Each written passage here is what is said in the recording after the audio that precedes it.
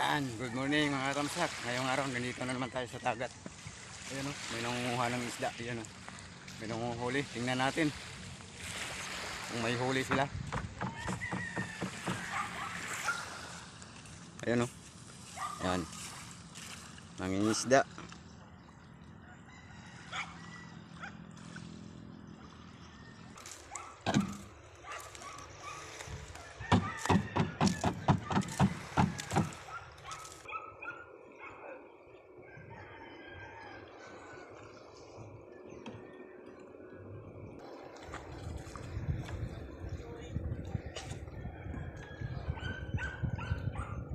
Sos, bugaong.